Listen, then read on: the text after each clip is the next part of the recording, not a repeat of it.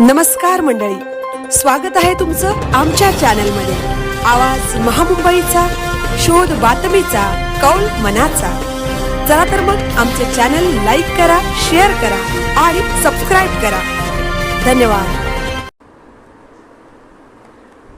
Palm beach रोडवर पुन्हा अपघात, नागरिकांचा संताप।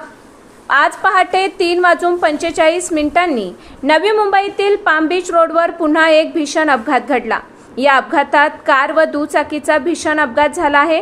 पाम बीच रोडवर अपघातांची मालिका जवळपास रोजच सुरू असून वाहतुकीचे नियम सर्रास पायदळी तुडवले जात असल्याचा आरोप नागरिकांकडून होत आहे।